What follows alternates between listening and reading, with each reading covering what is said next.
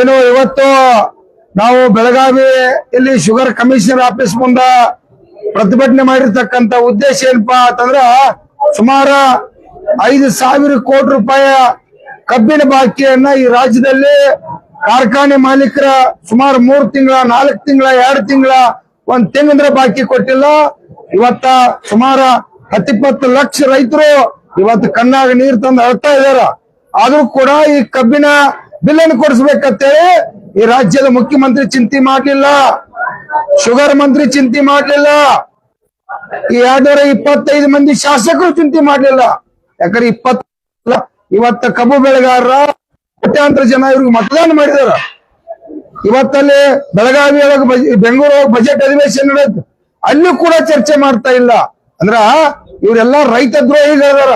ರೈತರು ಸಾಯಿಲ್ಪ 12 ತಿಂಗಳ ಕಬ್ಬು ಬೆಳೆದ ನಾವ ಬಂಡವಾಳ ಹಾಕಿ 15 ತಿಂಗಳ ಬಿಲ್ ಬಂದಿಲ್ಲ, ಆ ಕುಟುಂಬ ಸಾಯಲಿಕರೇ ಬಾಕಿ ಕೊಡಿಸ್ಬೇಕನ್ನುವಂತ ಚಿಂತೆ ಸರ್ಕಾರಗಳಿಗಿಲ್ಲ, ಈ ಶುಗರ್ ಕಮಿಷನರ್ಗಿಲ್ಲ. ಈ ಕಾನೂನು ಕೂಡ ಇವತ್ ನೋಡ್ರಿ 14 ದಿವಸ ಕೊಡ್ಬೇಕ ಅನ್ನುವಂತ ಕಾನೂನು ಕೊಡದ್ರೆ ಇವತ್ತು 3 ತಿಂಗಳ ಕೊಟ್ಟಿಲ್ಲ. ಅವ್ರನ್ನೇನ್ ಆಕ್ಷನ್ ತಗೋಬೇಕನ್ನುವಂಥದ್ದು ಕೂಡ ಸರ್ಕಾರ ಕ್ರಮ ತಗೊಂಡಿಲ್ಲ. ಇಲ್ಲಿ ಕೂಡ ಒಬ್ಬ ರಾಜ್ಯದ ಮುಖ್ಯಮಂತ್ರಿ ಮಾತಾಡಿಲ್ಲ.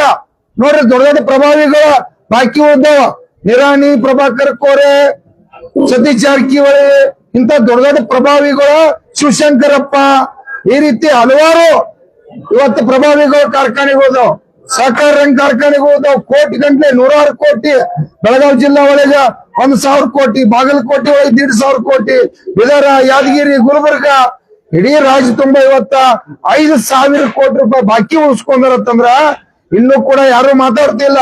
ಆ ಕಾರಣಕ್ಕಾಗಿ ಬೆಳಗಾವಿ, ಬಾಗಲಕೋಟೆ, ಬಿಜಾಪುರ, ಯಾದಗಿರಿಯಿಂದ ಇವತ್ತ 106 ಜನ ರೈತರು ಬಂದ ಪ್ರತಿಭಟನೆ ಮಾಡತ್ತು. ರಾಜ್ಯದ ಮುಖ್ಯಮಂತ್ರಿಗೆ ಎಚ್ಚರಿಕೆ ಕೊಡ್ತಾ ಇದೀವಿ, ನಾವಿಲ್ಲಿ ಹುಡುಗಾಟಿಕೆ ಮಾಡಕ್ ಬಂದಿಲ್ಲ. ಕಬ್ಬಿನ ಬಾಕಿಯನ್ನು ವಸೂಲಿ ಮಾಡ್ಕೊಂಡು ಹೋಗಕ್ಕಾಗಿ ಶುಗರ್ ಕಮಿಷನರ್ ಆಫೀಸ್ ಬಂದ್ ಮಾಡಿ ಪ್ರತಿಭಟನೆ ಮಾಡಕ್ ಬಂದು ತಕ್ಷಣ ರಾಜ್ಯದ ಮುಖ್ಯಮಂತ್ರಿ ಅವರು ಕಬ್ಬಿನ ಬಾಕಿಯನ್ನು ರಾಜ್ಯದಲ್ಲಿ ಎಷ್ಟು ಬಾಕಿ ಉಳಿದೈತಿ ತಕ್ಷಣ ಬಾಕಿ ಕೊಡಿಸ್ಬೇಕು, ಸಾಯಂಕಾಲ ಆದೇಶ ಮಾಡ್ಬೇಕು, ಬಾಕಿ ಕೊಡಿಸ್ಬೇಕಿಲ್ಲ ಅಂದ್ರ ನಾವು ಅಹೋರಾತ್ರಿ ಆಗುವಂತ ಪ್ರತಿಭಟನೆ ಮಾಡಿ ಬಾಕಿ ವಸೂಲಿ ಮಾಡ್ಕೊಂಡು ಮನೆಗೆ ಹೋಗ್ತೇವೆ. ರಾಜ್ಯ ಸರ್ಕಾರಕ್ಕೆ, ರಾಜ್ಯದ ಮುಖ್ಯಮಂತ್ರಿಗೆ, ಶುಗರ್ ಮಂತ್ರಿಗೆ ಎಚ್ಚರಿಕೆಯನ್ನು ಕೊಡ್ತಾ ಇದೀವಿ.